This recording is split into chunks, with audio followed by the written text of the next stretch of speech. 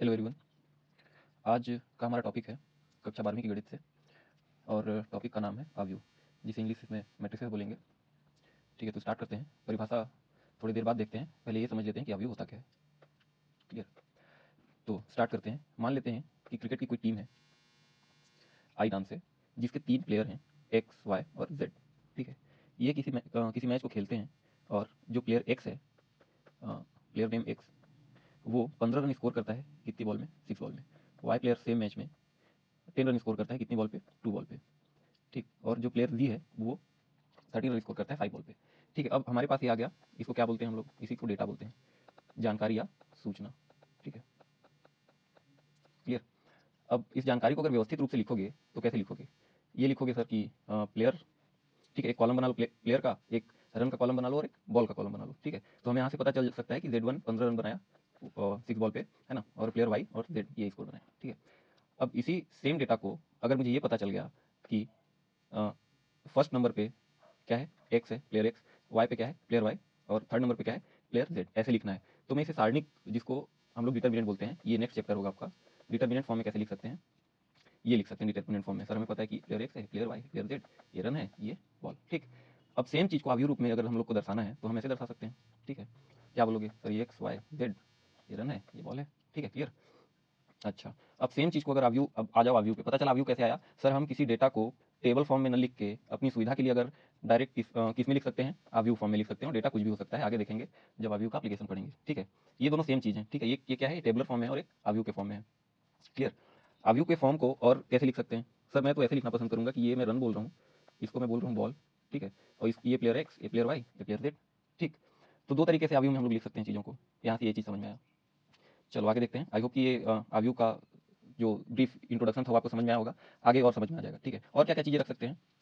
मान लेते हैं कि अवयव जो ए है वो क्या हम लोग को बता रहा है? साइन एक्स, कॉस एक्स और टेन एक्स। और क्या दिया है? 1/√2, 1/√2 और 1। तो यहाँ मैं देख रहा हूँ कि एक्स इक्वल टू कितना कमान दिया है हम लोग को? 45 डिग्री कमान दिया है ना। अगर समीकरण भी लिखना हो तो समीकरण भी लिख सकते हैं। मतलब हम अवयव के अंदर क्या क्या लिख सकते हैं, चलो देखते हैं इसको। अवयव ए के अंदर क्या क्या कितनी सारी चीज़ें हो सकती हैं? सबसे पहले तो नंबर हो सकता है, बिल्कुल हो सकता है। ठीक है, फंक्शन हो सकता है, function Y equal to F X. चलो ठीक है, फेवरेट सबका। और क्या हो सकता है सर? कॉम्प्लेक्स नंबर हो सकता है, इमेजिनरी नंबर हो सकता है। ठीक है, और क्या हो सकता है यार? और भी बहुत कुछ हो सकता है, theta, beta, gamma, delta, angles, अगर कुछ भी हम लोग अवयव में रख सकते हैं। इतनी सारी चीज़ें, पर बताने का मकसद क्या है कि आपके बुक में क्लियरली मेंशन है, आपके सिलेबस में, कि क्या होगा? ए बिलोंग्स टू रियल। हमें अभी केवल रियल नंबर्स के बारे में पढ़ना है। ठीक है, तो आगे बढ़ते हैं। रियल नंबर्स कौन कौन? 1 2 3 4 0 डैश डैश डैश डैश। ठीक है, ये केवल रियल नंबर के बारे में पढ़ना है। ना हमें ट्रिग्नोमेट्री पढ़नी है मैट्रिक्स के अंदर, और ना ही फंक्शन पढ़ना है, ना ही कॉम्प्लेक्स नंबर पढ़ना है, इमेजनरी नंबर कुछ भी नहीं पढ़ना है। केवल किसमें डील करना है अभी हमें? मैट्रिक्स को, नंबर पे। तो ये क्लियर होना चाहिए। ठीक है, अब चलो ऑर्डर ऑफ मैट्रिक्स। ठीक है, जिसको हिंदी में क्या बोलेंगे? कोटि बोलेंगे। ये मैट्रिक्स देखो यार एक बार, जो हम लोग बनाए थे अभी। ठीक है, इस मैट्रिक्स को देखो ध्यान से एक बार। ये अगर ऐसे मैं जा रहा हूँ, ठीक है, कैसे जा रहा हूँ? अगर मैं लेफ्ट टू राइट जा रहा हूँ तो इसको मैं R1 बोलूँगा। ठीक है, ये फिर मैं गया लेफ्ट राइट, इसको मैं R2 बोल दिया। ये 15 से 3 में गया तो इसको मैं क्या बोल दिया? R3। इसमें भी लेफ्ट से राइट गया। ठीक है, अब सर मैं बॉटम टू टॉप जा सकता हूँ क्या? हाँ, चल के देखते हैं। ये 15, 10 और 3 को क्या मैं बोल दूंगा? C1। और इसको क्या बोल दूंगा मैं? C2। आर का मतलब क्या हुआ यार? आर का मतलब हुआ रो। हिंदी में क्या बोलेंगे? इसको पंक्ति बोलेंगे। ठीक है, और सी को क्या बोलेंगे? सी कैसे जा रहा है? यहाँ से यहाँ। ठीक है, आर कैसे जा रहा है? यहाँ से यहाँ, है ना। तो ये आर होगा हमेशा रो, और ये क्या होगा? कॉलम। कॉलम को स्तंभ बोलते हैं, पर गणित ना हिंदी में ना इंग्लिश में, गणित को गणित की लैंग्वेज में पढ़ा जाता है। तो हम यहाँ पे क्या वर्ड यूज़ करेंगे? रो और कॉलम, आप समझ जाना।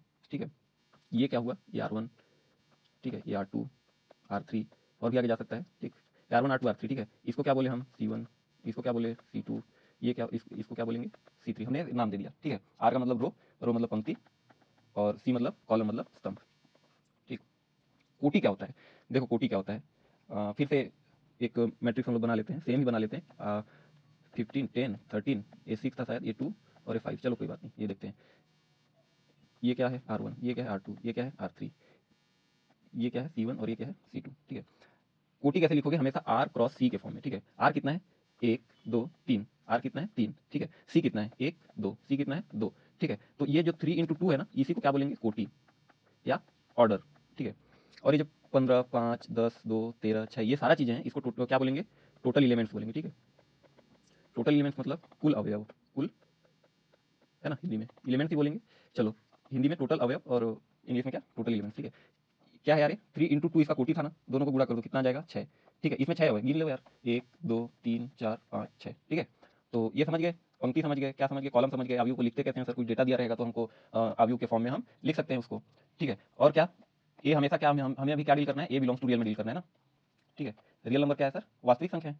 गणना में जिसका उपयोग करते हो 1 2 3 और 4, ये सारी क्या है, वास्तविक संख्या है। टेबुलर फॉर्म से अवयव रूप में आए थे हम। ठीक है, टेबल बनाए, फिर उसके बाद उसका अवयव बना दिए। कोटि समझ गए सर, कोटि क्या हुआ, m×n। ठीक है, आर को हमेशा क्या लिखे थे अपन, आर को हमेशा क्या लिखेंगे, एम लिखेंगे, और सी को क्या लिखेंगे, एन लिखेंगे। आप आरसी भी लिख सकते हो, पर आपकी किताब में m×n लिखा है, अगर तो आप m×n ही ज़्यादा प्रीफर करो, नहीं तो आरसी के चक्कर में शायद तुम्हारा नंबर कट जाए, हो सकता है एग्जाम में, इसलिए mn कोई बहुत मुश्किल काम नहीं है।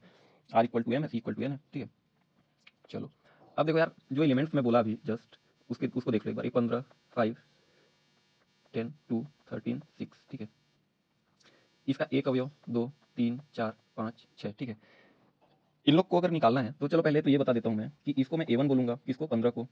ठीक है, 5 को मैं क्या बोलूंगा, मैं बोलूंगा सर a1 a2 a1 2 बोल देता हूँ, इसको a21 बोल देता हूँ, इसको a22 बोल देता हूँ, a32 और a31 और a32। ठीक है, a31 और a32, क्लियर है, ऐसे लिख दूँ। अगर बहुत सारे एलिमेंट है तो हम क्या कर सकते हैं, उसको कोड दे सकते हैं। ठीक है, कैसे कोड देंगे सर, कोड चलो मैं दे देता हूँ, ए आई जे। ठीक है, ए आई जे का क्या मतलब हुआ कि आई जे नंबर को, ठीक है, दो नंबर था ना, a32 का वैल्यू अगर निकालना है तो मैं बोलूंगा सर आई के जगह पे 3 रख दो, जे के जगह पे 2 रख दो। ठीक है, ए क्या हो जाएगा, a32, A I J equal to a32, आई की जगह पे 3 है, आई की जगह पे, और जे की जगह पे 2 है। ठीक है, या फिर मेरे को चलो a22 निकालना है। ठीक है, तो क्या करूंगा मैं, ए आई की जगह 2 रख दूंगा, है ना, आई की जगह पे क्या रख दूंगा, 2 रख दूंगा, जे की जगह पे भी 2 रख दूंगा, a22 अगर मेरे को यहाँ पे खोजना है, मैट्रिक्स में खोजना है, तो क्या होगा, ये a22 को मैं क्या लिख सकता हूँ, 2 लिख सकता हूँ। a32 मैं निकाला हूँ, a32 को मैं क्या लिख दूंगा, a32 को मैं क्या लिखूंगा, 6 लिख दूंगा। क्लियर है, आई क्या है, नंबर ऑफ रो है ना, मतलब पंक्ति की संख्या है, पंक्ति वी की संख्या है, एनवी पंक्ति बोलेंगे, जैसे थर्ड पंक्ति और सेकंड कॉलम में, तीसरी पंक्ति और सेकंड कॉलम में कौन सी संख्या है, a32, दूसरी पंक्ति और पहली कॉलम में कौन संख्या है, a21। ठीक है, दूसरी कॉलम और पहली पंक्ति में कौन सी संख्या है, a12। ठीक है, ये आगे समझ में आ जाएगा, ज़्यादा परेशान होने की जरूरत नहीं है।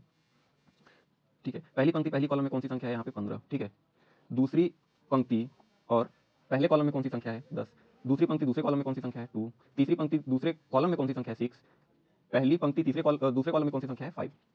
ठीक है, तीसरी पंक्ति, सॉरी, हाँ सॉरी, तीसरी पंक्ति और पहले कॉलम में कौन सी संख्या है, 13 है। क्लियर, चलो आगे देखते हैं। अब m×n हम लोग क्या पढ़े हैं, इसको क्या बोल रहे थे, कोटि, है ना, जिसको हमेशा कहाँ लिखेंगे, अवयव। ये देखो, अगर a=a अवयव में मानता हूँ तो m×n को कहाँ पे लिखेंगे, यहाँ लिखेंगे।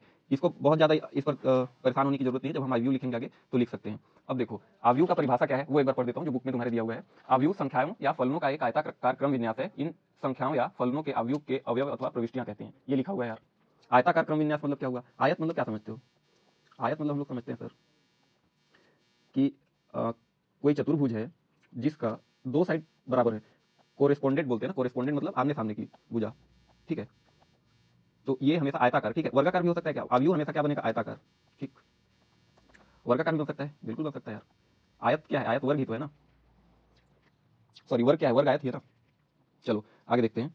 और इसको अब सर पे कोड तो मैं समझ ही गया हूँ कि ए आई जे के टर्म्स में हम लोग क्या निकाल सकते हैं, कोई भी एलिमेंट, कोई भी नंबर का एलिमेंट निकाल सकते हैं। ठीक है, अगर मेरे को मान लो यहाँ पे 5 और 3 निकालना है, ठीक है, a53 अगर निकालना है मेरे को, जो कि इस अवयव के अंदर आ रहा है, तो क्या लिख दूंगा मैं, आई की जगह क्या लिखूंगा, 5, जे की जगह क्या लिखूंगा, 3। ठीक है, ये इसके अंदर ही एलिमेंट होगा। ठीक, कैसे लिखते हैं अवयव को, आयताकार क्रम विन्यास कैसे लिखते हैं, चलो देखते हैं। a11 पहली पंक्ति पहला कॉलम, पहली पंक्ति दूसरा कॉलम, पहली पंक्ति तीसरा कॉलम, पहली पंक्ति जे नंबर का कॉलम। ठीक है, जे को क्या लिखे हो, स्तंभ लिखे हो ना। ठीक है, रो और कॉलम पढ़ते हैं। ठीक है, first row nth column, second row first column, second row second column, second row third column, second row j column, second row nth column. ठीक है, अब आ जाओ, ith row first column, ith row second column, ith row third column, ith row nth column, i row j column. Clear है यार, ऐसे matrix को पढ़ा जाता है। तो हम लोग अब रेडी हैं आगे ऑपरेशन वगैरह देखने के लिए, क्या ऑपरेशन किया कितने ऑपरेशन किए जा सकते हैं, कौन कौन से किए जा सकते हैं, प्लस किया जा सकता है, माइनस, डिवाइड किया जा सकता है, मल्टीप्लाई किया जा सकता है। अब देखो एक चीज़ बड़े ध्यान से, अगर मैं जानना चाहूँ कि आई का वैल्यू कहाँ होगा, तो आई हमेशा ग्रेटर देन 1 होगा। क्लियर है, क्योंकि क्या है, नंबर ऑफ रो क्या है, आई, तो एक से तो ज़्यादा ही होगा। जे क्या है, नंबर ऑफ कॉलम में भी जैसे ज़्यादा होगा। कहाँ तक हो सकता है, हमेशा छोटा या बराबर हो सकता है, उसमें जितने रो हैं और उसमें जितने कॉलम है उनकी नंबर से हमेशा आई और जे कम रहेगा। ठीक है, जब क्वेश्चन सॉल्व करेंगे तो और आगे डिटेल में और समझ लेंगे, कोई डाउट होगा तो आप कमेंट्स कर सकते हैं। चलो इतना आई होप कि समझ में आ गया होगा। अब हम लोग देखते हैं अच्छा चलो, एक एग्जांपल 2 में है जिसमें दिया हुआ है कि अगर किसी अवयव के टोटल एलिमेंट 8 हैं, मतलब क्या है, तो m cross n equal to n, sorry 8, ठीक है, ये दिया हुआ है। टोटल अवयव ऐसे ही निकालते हैं, नंबर ऑफ रो क्या था m, नंबर ऑफ कॉलम क्या था n, टोटल अवयव कितने थे, total m cross n, mn equal to 8 दिया है, ठीक है। तो पूछ रहा है कि कितने अवयव बनाए जा सकते हैं। कैसे निकालेंगे सर, क्या पूछ रहा है, हम लोग को कोटि पूछा है। कोटि क्या था, mn, कोटि को ऐसे लिखते थे ना, मल्टीप्लाई नहीं करते थे। अगर मल्टीप्लाई उसी कोटि को मल्टीप्लाई कर दोगे तो क्या आ जाएगा, टोटल एलिमेंट्स आ जाएगा। अगर मल्टीप्लाई का साइन लगा के लिखोगे तो कोटि बोलेंगे उसको, कोटि, कठिन कोटि, ठीक है। 8 ऑर्डर है ना, देखिए अभी 8 m क्रॉस n इंटू 8 कब कब हो सकता है, देख लेते हैं कब कब हो सकता है। 1 8 पे हो सकता है, 8 1 पे हो सकता है, ठीक है। और कब हो सकता है, 2 4 पे हो सकता है, और 4 2 पे हो सकता है। और कहीं हो सकता है क्या, 8 का गुणा करने के लिए, ठीक है। संभव कोटियां अगर निकालनी हो तो कैसे निकालोगे, संभावित कोटियां, 1 क्रॉस 8 का कोटि का बन सकता है अवयव, 8 क्रॉस 1 का भी बन सकता है अवयव, 2 क्रॉस 4 का भी बन सकता है अवयव, है ना, और ये क्या 4 क्रॉस 2 का भी बन सकता है। इतनी संभावित कोटियां हो जाएंगी, ठीक। आगे और पढ़ेंगे, चलो आगे बढ़ते हैं। अवयव के प्रकार पे आ जाओ, अब सेकंड नंबर का टॉपिक, हम लोग का परिचय समाप्त हो गया। यहाँ से क्या स्टार्ट हुआ आपका, अवयव के प्रकार, ठीक है। सबसे पहले स्तंभ अवयव, स्तंभ अवयव नाम से पता चल रहा है, कॉलम कब होगा, स्तंभ अवयव कब होगा बताओ, केवल एक स्तंभ रहेगा तो स्तंभ अवयव बोलेंगे, ठीक है। क्या लिखते हो, ए I J M cross N, ठीक है, आर इंटू सी लिखते हो ना, एम एन को। क्या बोल रहा है, ये कॉलम 1 करने के लिए बोल रहा है, तो क्या हो जाएगा, M cross N A I J A equal to, अगर ये कंडीशन फॉलो हो रहा है तो क्या हो जाएगा, वो जो अवयव बनेगा स्तंभ अवयव बनेगा। देख लेते हैं, √3 2 1, इसका ऑर्डर लिखो चलो, ये क्या है, R1 है, ये R2 है, ये R3 है, ये C1 है, तो ऑर्डर क्या हो जाएगा, R इंटू सी, 3 इंटू 1, ठीक है। ये हो गया ना, M इंटू 1, क्लियर है। रो कॉलम, ठीक है। पंक्ति अवयव, चलो थोड़ा जल्दी जल्दी, अब समझ में आ जाएगा सारा चीज। तो अब चलो, पंक्ति अवयव कब होगा, पंक्ति 1 होना चाहिए, ठीक है। √3, मतलब कुछ भी संख्या लिख सकते हो, जरूरी नहीं है कि ये चलो 5 2 1, है ना, एक पंक्ति है। कॉलम कितने हैं, C1 C2 C3 और R1, ऐसे तो लिखते हो ना। तो अगर R equal to M, R1 है, सिर्फ एक है, तो M इक्वल टू 1 हो जाएगा, तो 1 क्रॉस n का बनेगा। तो अगर 1 क्रॉस n अगर किसी अवयव का कोटि है तो क्या लिखेंगे उसको, कि पंक्ति अवयव है या फिर रो मैट्रिक्स है, ठीक है। स्क्वायर मैट्रिक्स कब होगा, स्क्वायर कब बोलते हैं उसको, कोई आया था इसको स्क्वायर कब बोलते हैं, BA, ठीक है। A इक्वल टू बी पे वर्ग हो जाएगा यार, ठीक है। तो यहाँ पे क्या, M इक्वल टू n हो गया तो वर्ग हो गया वो, है ना। वर्ग अवयव कैसे लिखोगे, AIJ M क्रॉस M लिख दो, ठीक है। ये क्या है, वर्ग अवयव। विकर्ण किसको बोलेंगे, देखो वर्ग अवयव में एक बहुत अच्छा कॉन्सेप्ट आएगा जिसको क्या बोलेंगे, विकर्ण बोलेंगे। वर्ग का विकर्ण कैसे, आयत का विकर्ण कैसे खींचोगे, ये लाइन खींचोगे, ओ की लाइन को क्या बोल दोगे, विकर्ण बोल दोगे, ठीक है। A11, अब विकर्ण हमेशा वर्ग अवयव में निकलेगा ना, और कहीं पे भी नहीं निकल सकता है। ये 21, A31, A12, A13, A22, A23, A32 और A33, ठीक है। कितने ऑर्डर का मैट्रिक्स है, 3 क्रॉस 3। विकर्ण किसको बोलेंगे, इसको विकर्ण बोलेंगे, देखो ध्यान से, ठीक।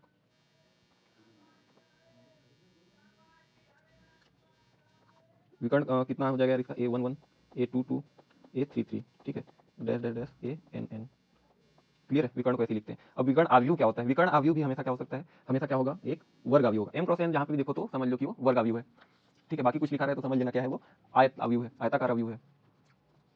आयताकार अवयव का ही एक प्रकार है वर्ग अवयव। आई होप कि समझ में आ रहा होगा आप सबको, ठीक है। विकर्ण अवयव कैसे बोलेंगे, विकर्ण अवयव बोलेंगे, विकर्ण के अतिरिक्त सारे अवयव शून्य रहने चाहिए, विकर्ण अवयव बोलेंगे फिर उसको।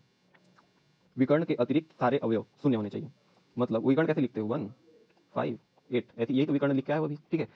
विकर्ण के अतिरिक्त सारे अवयव शून्य कर दो, शून्य होने चाहिए, तो ये क्या हो जाएगा, विकर्ण अवयव। AIJ 0 होना चाहिए, कब 0 होना चाहिए, जब I और J बराबर ना हो। हाइपोथेटिकली मतलब पता नहीं क्या ही लग रहा होगा ये सुनने में, पर AIJ 0 होने चाहिए कब, जब IJ 0 ना हो। नहीं आ रहा यार बात समझ में, चलो विकर्ण निकालो इसका। विकर्ण को क्या लिखोगे, A11, 1 2 क्यों लिखोगे, क्या लिखोगे, A22 लिखोगे ना, 5, A33 लिखोगे, क्या लिखोगे, 8 लिखोगे। ये विकर्ण के अलावा सारे 0 है ना, क्लियर है। AIJ में I और A को 1 1 रखो, अगर हम लोग 1 1 रखते हैं तो क्या आएगा, A11 क्या होगा, 1 होगा, ठीक है। 2 2 रखने पर क्या होगा, 5 होगा। तो AIJ कब 0 है, जब I और J बराबर नहीं है, मतलब जैसे इसको निकालो, ठीक है। क्या लिखोगे, A22 लिखोगे, I equal to 2, J equal to, sorry I equal to 1, J equal to 2, I equal to 1, J equal to 2 लिखोगे, तो क्या आएगा, ये 0 आएगा, ठीक है। ए टू टू इक्वल टू 0 कब, जब I is not equal to जे। समझ में आ गया। अदिश आव्यूह देखते हैं, ठीक है।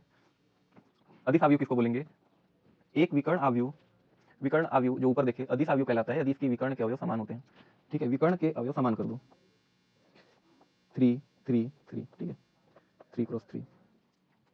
ये भी हमेशा वर्ग आव्यूह में होगा, अदिश आव्यूह भी हमेशा वर्ग में होगा। क्या बोला यार, विकर्ण के आव्यूह समान होते हैं और बाकी क्या होगा, 0 0 होगा, क्योंकि विकर्ण आव्यूह में 0 0 होता था। तो ये देखो, ठीक है।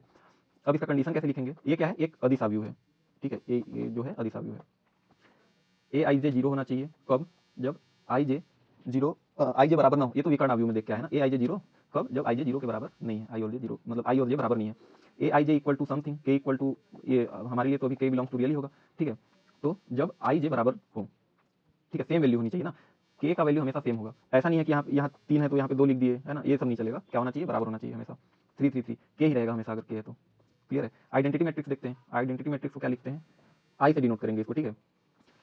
इसमें क्या है, इसमें जो एलिमेंट्स हैं वो क्या होने चाहिए, 1 होने चाहिए या 0 होने चाहिए। 1 होने चाहिए कब, आई इक्वल टू जे रहे तो 1 हो जाएंगे, और आई और जे के बराबर, आई और जे बराबर नहीं है तो 0 होने चाहिए, ठीक है। आइडेंटिटी मैट्रिक्स देख लेते हैं। चलो आइडेंटिटी मैट्रिक्स देखते हैं, ऐसे लिखेंगे 1 1 1, ठीक है।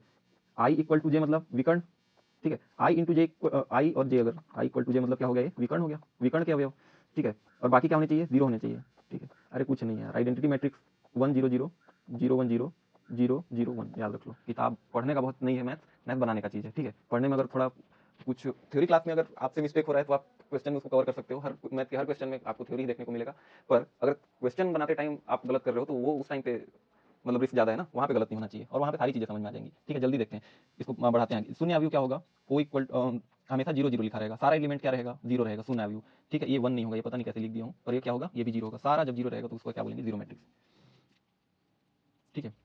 अब एक कॉन्सेप्ट देखो, बहुत अच्छा कॉन्सेप्ट है। दो आव्यूह बराबर कब होंगे ना, बराबर कब होंगे,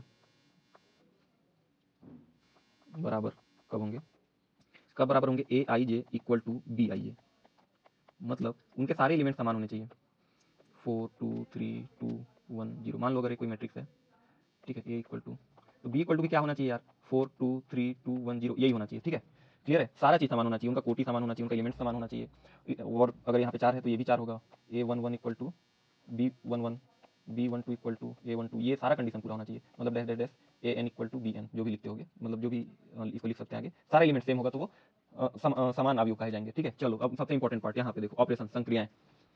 संक्रियाएं कैसे करेंगे, जोड़ना देखो, जोड़ना कैसे सिंपल है, जोड़ना सबसे सिंपल है। जैसे मैथ जोड़ते हो सेम वैसे ही जुड़ जाएगा ये, देखो ध्यान से, ठीक है।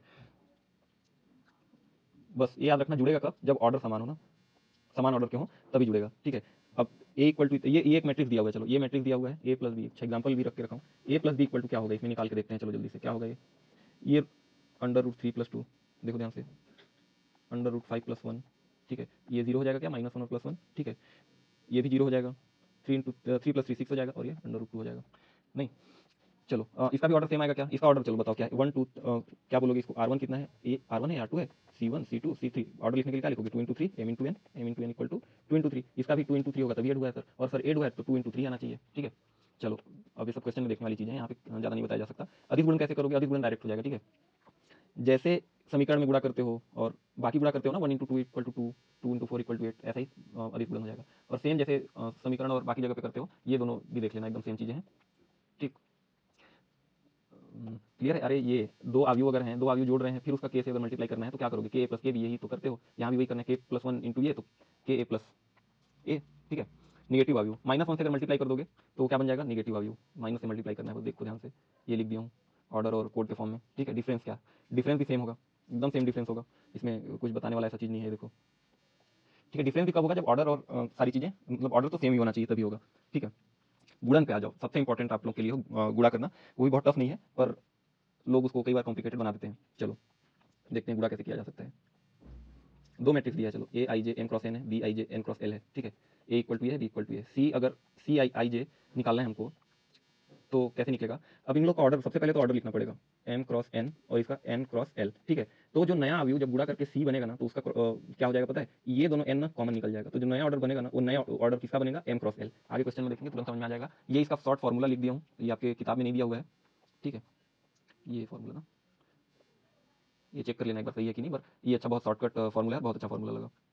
चलो इसमें सी डी का अगर मल्टीप्लाई करके बनाएंगे, सी डी इक्वल टू कैसे मल्टीप्लाई करेंगे, देखो मल्टीप्लाई हमेशा रो इंटू कॉलम करेंगे, ठीक है, ये रो है, ठीक, सबसे पहले इसका कॉलम किससे मल्टीप्लाई होगा पता है, इसके कॉलम से, लेकिन उससे भी पहले क्या लिखेंगे, हम इसका ऑर्डर लिखेंगे, इसका ऑर्डर कितना है 2 × 3 है, इसका ऑर्डर कितना है 3 × 2 है, देखो ध्यान से, कॉलम 2 है, रो कितना है, रो 3 है, तो 3 × 2 क्लियर। अब 2 × 3 और 3 × 2 ये ऑर्डर है, मैं क्या बताया, ये दोनों को हटा देना है, क्या बनेगा नया ऑर्डर 2 × 2 बनेगा। चलो कैसे बनेगा सर देखते हैं, मल्टीप्लाई करना स्टार्ट करते हैं, किसका किसका, ये इसके इसके R1 का किससे, इसके C1 से, ठीक है, किसके C के R1 का D के C1 से, चलो मल्टीप्लाई करो, क्या हो जाएगा ये 2 + 1 - 10, यही होगा क्या, देखो ध्यान से। अब इसके सॉरी इसके R2 का, नहीं पहले क्या किया, अभी R1 × C1 किया ना, R1 × C2 करते हैं, ठीक है, अब इसके C2 से मल्टीप्लाई करते हैं, सही, R1 का क्या हो जाएगा ये 7 + 1 - 8 होगा क्या, देखो ध्यान से, C2 से मल्टीप्लाई कर रहे हैं ना, क्या कर रहे हैं R1 × C2 कर रहे हैं, ये सारी चीजें लिखना नहीं है, मैं बस समझाने के लिए लिख रहा हूँ। चलो अब R2 का मल्टीप्लाई करो C1 से, R2 का मल्टीप्लाई C1 से कैसे करोगे, क्या होगा 0 - 3 - 20 हो जाएगा क्या, ठीक है। अब किसका मल्टीप्लाई बच गया यार, अब इसका मल्टीप्लाई बच गया, R2 × C2 बच गया ना, R2 × C2 रह गया, R2 × C2 करो, ये R2 0 3 4 का इसके C2 से मल्टीप्लाई करना है और लिखना है 0, ठीक है, +3, देखो ध्यान से, -4 और ये कितना हो जाएगा -16, -4 का 4 से मल्टीप्लाई कर दिया, कितना हो गया -16 हो गया, ठीक है। आगे सॉल्व कर देंगे तो आंसर आ जाएगा यार, ठीक है।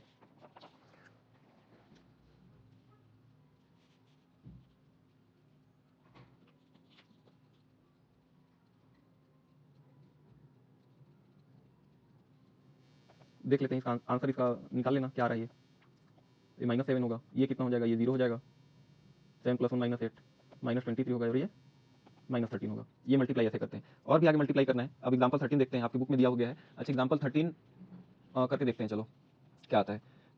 क्वेश्चन का कॉन्टेक्स्ट लास्ट में समझेंगे, पहले तो मल्टीप्लाई करना सीखते हैं। चलो ए बी निकालो, ए बी कैसे निकालते हैं, ए बी, हाँ पहले दिख जाए अच्छे से, ए बी कैसे निकालोगे, इसका रो का इसके कॉलम से गुणा करना है, याद रखो।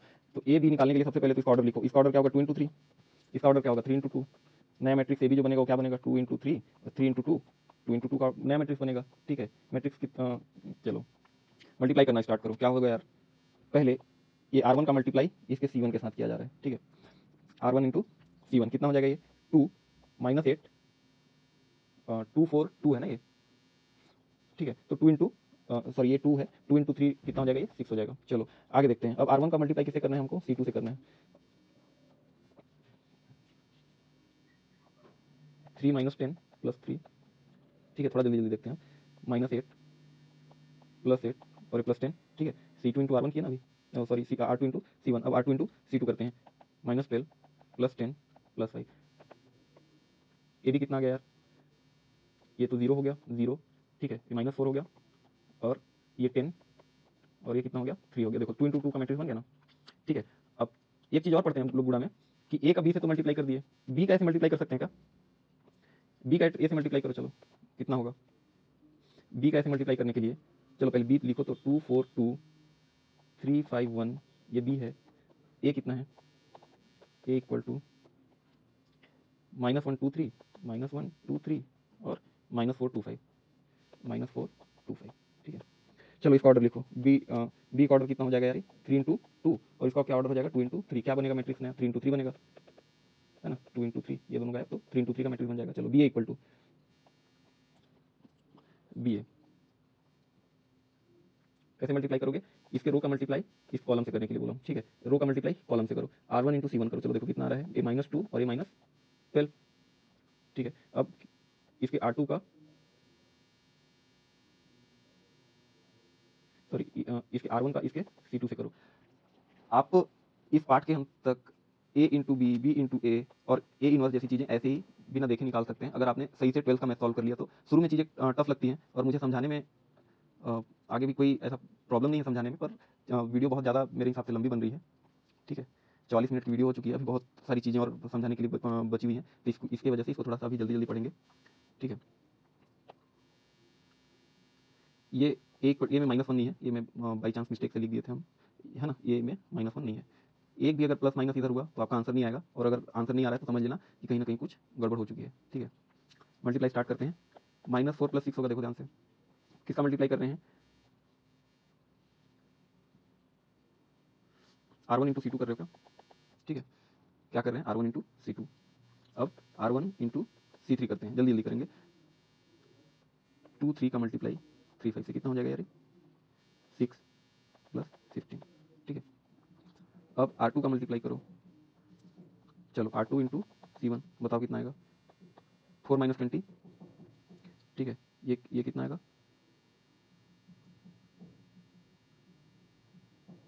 -8 + 10 और 12 + 25।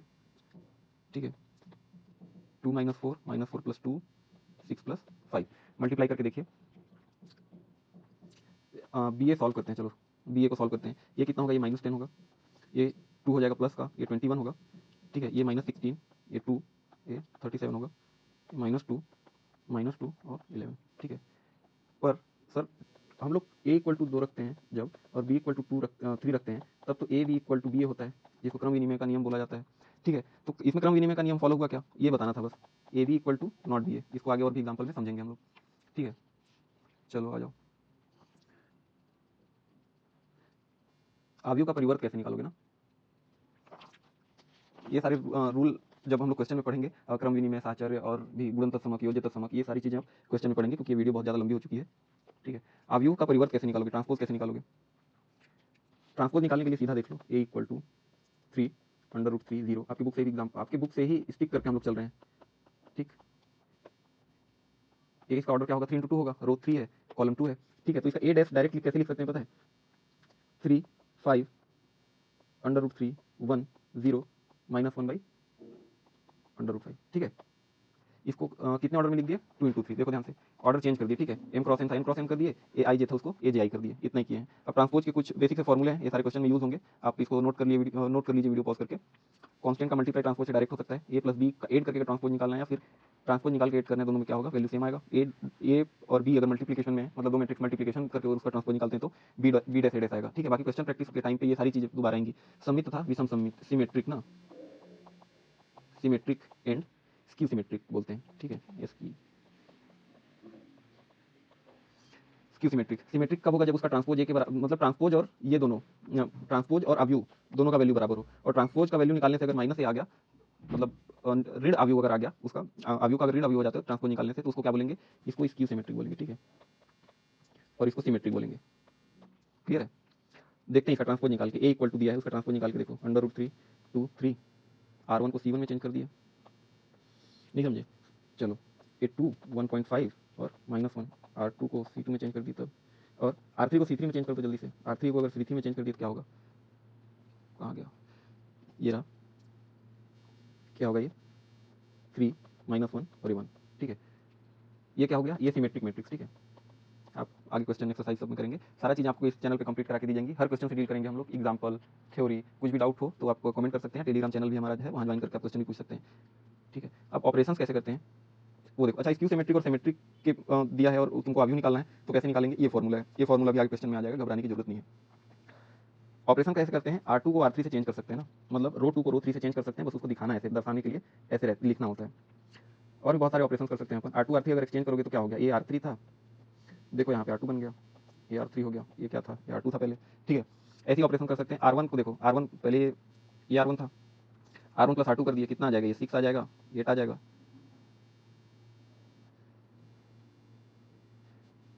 ये किए ना, ये देखो, ये R1 + R2 किए हैं, R2 ये R1 है ना। ठीक है, ये 0 2 + √3 और ये 2, ये 2 होगा। ठीक है, क्या लिखेंगे, R1 + R2 लिखेंगे।